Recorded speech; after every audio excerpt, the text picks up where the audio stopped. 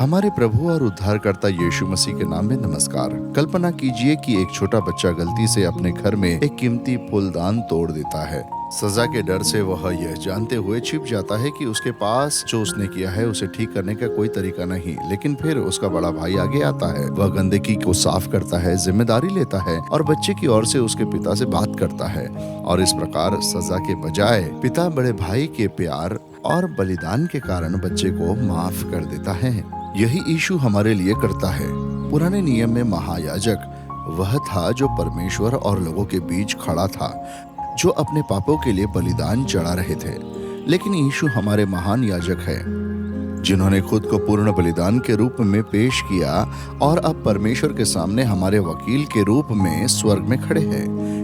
इब्रानियों 4:14 में लिखा है, इसलिए चूंकि हमारे पास एक महान महायाजक है जो स्वर्ग में चढ़ गया है, यीशु परमेश्वर का पुत्र, आइए हम अपने विश्वास को दृढ़ता से थामे रहे। ग्रीक में महान महायाजक को मेगास आर्चरस लिखा जाता है। मेगास का अर्थ है महान या श्रेष्ठ और आर्करस का अर्थ है महायाजक या वह जो ईश्वर और लोगों के बीच में मध्यस्थी करता है। पुराने नियम में महायाजक लोगों के पापों के लिए बलिदान चढ़ाने के लिए साल में एक बार परम पवित्र स्थान में प्रवेश करता था। लेकिन यीशु महान महायाजक है क्योंकि सबसे पहले उसने वार्षिक बलिदान नहीं चढ़ाया, उसने खुद को एक आदर्श बलिदान के रूप में पेश किया।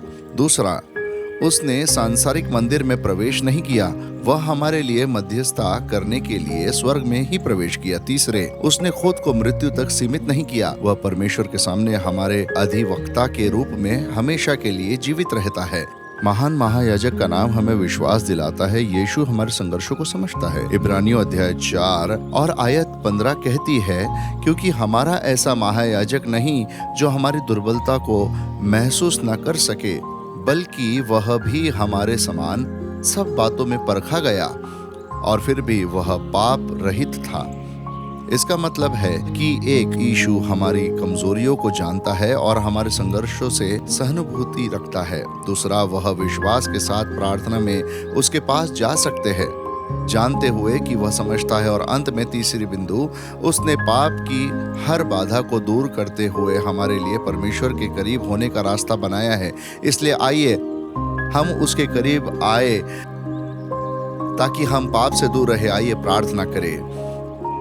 प्यारे स्वर्ग के पिता, हम आपको सबसे महान महायाजक होने के लिए धन्यवाद देते हैं। ईश्वर और हमारे बीच मध्यस्थ बनने के लिए आपका धन्यवाद। हम जिस दौर से गुजर रहे हैं उसे जानने के लिए आपका धन्यवाद। हमें वहां रहने और हमारे और ईश्वर के बीच एक बड़े भाई के रूप में हमारे लिए मध्यस्थ करने में मदद करे। इन सीजन के दौरान हमें केवल ईश्वर से क्षमा मांगने के लिए करीब आने में मदद करे। यीशु के नाम में आमीन।